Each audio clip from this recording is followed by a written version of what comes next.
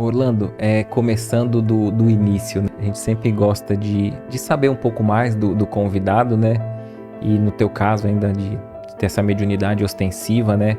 Como que iniciou ali sua trajetória no espiritismo, os primeiros passos ali na tarefa, na mediunidade? Vamos começar dali. A minha tarefa, a nossa tarefa, né, teve praticamente o início desde quando eu era pequeno, criança, né, que era natural a ocorrência dos fenômenos que nós chamamos espirituais, e eu não posso deixar de iniciar sem antes mencionar a importância da família e de meus pais, né, que meu pai que chama Rafael Santana Carneiro e a minha mãe Maria Noronha Carneiro, e eles espíritas, eles compreendiam esses fatos que ocorriam comigo, a presença dos amigos espirituais, em que eu podia manter alguns diálogos, e era muito natural que isso acontecesse.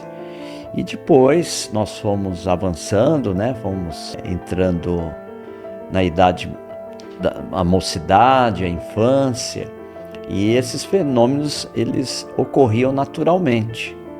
E graças a Deus eu tive a felicidade de ter os meus pais que compreendiam o que de fato acontecia comigo.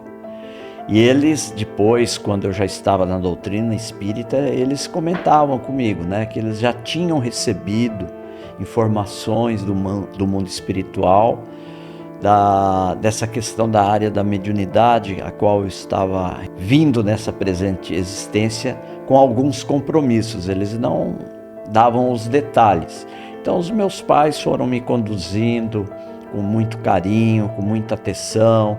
A minha mãe, principalmente, conversava muito comigo, me acalmava, né? Porque às vezes eu ficava um tanto confuso, preocupado, né? Naquela minha mentalidade infantil. A preocupação em lidar com a mediunidade ou, não, na época, ou da tarefa em si? Não, no início era aquela preocupação da criança que não sabe o que estava acontecendo, né? Era porque eu tenho uma situação, por exemplo, que eu estava brincando com um amigo meu. A gente estava brincando na sala de casa, eu tinha acho que 6, 7 anos, e o meu pai, eu ia para as reuniões, naquela época, antes de 80, né, eu estava com 7 anos, nasci em 63, né, quer dizer, em 70, naquela época, havia muitas reuniões mediúnicas e doutrinárias nas casas, né? E é claro que não era aberta, tinha um controle, eram pessoas que eram convidadas, tudo. E eu ia nessas reuniões, porque minha mãe não tinha quem deixar. Meus irmãos, eu tenho 4 irmãos, 2 irmãos, homens, e 2 irmãs.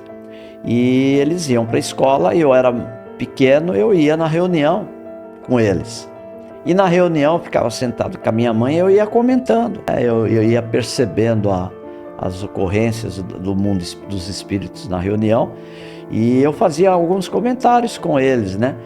E o meu pai, eu sempre via um benfeitor espiritual e que se apresentava e se caracterizava numa condição de um indígena, mas nessa estrutura cultural. E ele sempre estava ali com meu pai nas reuniões, às vezes eu via em casa.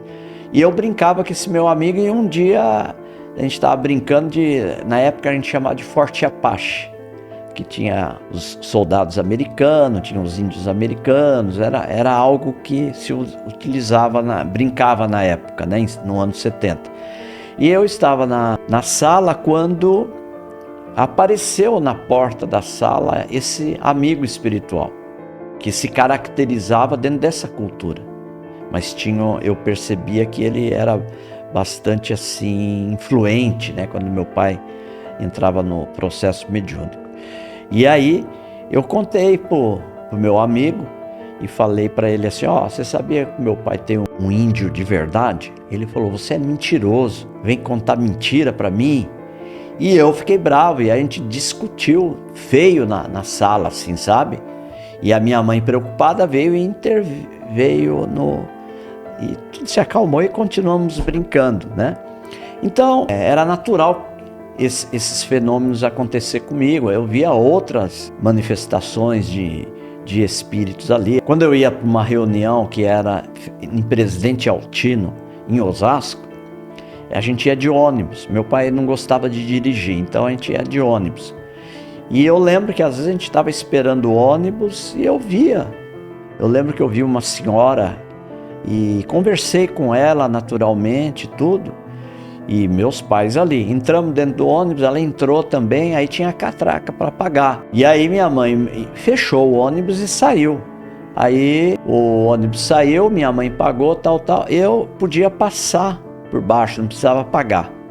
E aí quando eu olhei para ver aquela senhora, para continuar ali, com ela ali, aquela senhora não estava mais. Mas ela entrou junto comigo. Ela subiu assim, junto comigo ali. E aí eu ficava assim, olhando para minha mãe, eu lembro assim, e minha mãe mudava de assunto e a gente ia embora. Então, esses fenômenos aconteciam comigo, sabe?